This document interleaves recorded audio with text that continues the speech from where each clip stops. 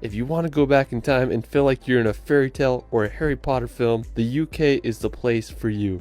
It's easy to see why so many myths and legends were born here. It's one of the world's most enchanting places. Alright, so for our first location, we're going to go visit possibly the most iconic city in the world, London. I've traveled more to London than any other international destination. I have to say it's my favorite city in the world, and I just keep coming back. Everything from the double-decker buses to the energy of Piccadilly Circus makes the city feel so alive. There's just so many places to see. You can check out the iconic Big Ben and walk across the bridge to see the Palace of Westminster. There's the Tower Bridge, which is possibly the most famous bridge in all of London. You can go see the Stoic Guards at Buckingham Palace or take a ride on the London Eye. If you haven't already been to London, I'd highly recommend visiting when you can. It's hard to beat the London atmosphere. There's no city like it in the world. Alright, so after exploring London, we're going to make the 2-hour drive over to Stonehenge. Located in Wiltshire, England, lies one of the most famous man-made rock structures in the world. There's a lot of mystery surrounding Stonehenge,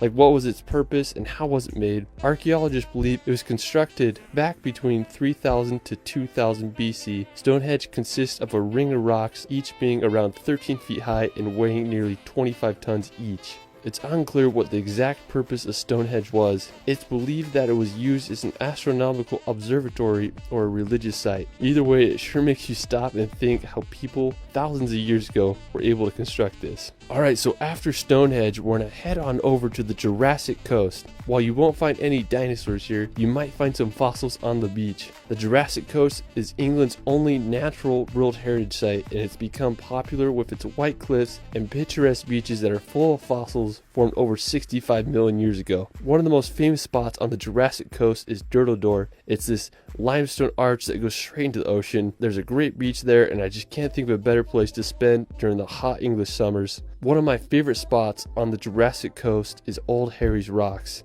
Now, special thanks to my friend David Rule for providing this footage. He has an awesome Instagram and YouTube that I'll provide in the description below. I remember the first time I saw his picture of this place and I was just baffled by the scenery there. The Old Harry Rocks are these sea stacks that are made completely out of chalk that mark the end of the Jurassic Coast. In World War II, the stacks were used as target practice for pilots, so that's kind of crazy. I just love the combination of the green meadows with the white cliffs and the blue ocean. I mean, it's just hard to beat that scenery. Alright, so after the Jurassic Coast, we're gonna head up north to visit the country of Wales. Now, Wales is located in the southwest part of Great Britain. It's famous for its mountainous national parks, picturesque coastline, and distinct Welsh language. One of the most scenic places in Wales is the Snowdonia National Park. It's a region in northwest Wales that is known for its mountains and lakes. The highest peak in Wales, Mount Snowdon, is located in the park with an elevation of 10,085 meters. You can hike on up there, or you can take the Snowdon Mountain Railway to the top. If you're lucky, you might be able to see Ireland across the sea.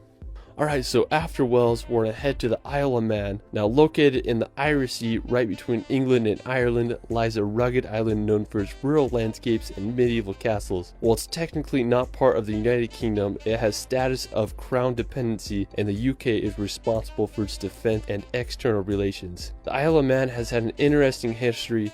Humans have lived on it since 6500 BC, and in the 19th century it was ruled by Norway, but in 1266 the island became part of Scotland, and now it is a self-governing isle. An interesting place on the Isle of Man is Peel Castle. It was constructed by Vikings in the 11th century and just sits right on the ocean. I mean, it's a pretty cool castle if you ask me. Alright, so after the Isle of Man, we're going to head across the sea to visit Northern Ireland. Now, Ireland is full of just beautiful scenery, dramatic coastal cliffs, and countless castles. Back in 1921, Ireland was split into Northern and Southern Ireland as a result of the Government of Ireland Act of 1920. While Southern Ireland became a free Irish state, Northern Ireland remained within the United Kingdom. The capital of Northern Ireland is the city of Belfast, which is the birthplace of the Titanic ship. One of the most iconic places in Northern Ireland is the Dark Hedges. It's this road lined with beech trees planted in the 18th century. It was used as a filming location for the Game of Thrones. On the northern coast, you can check out the Carrick Already rope bridge or see the basalt columns at the Giant's Causeway.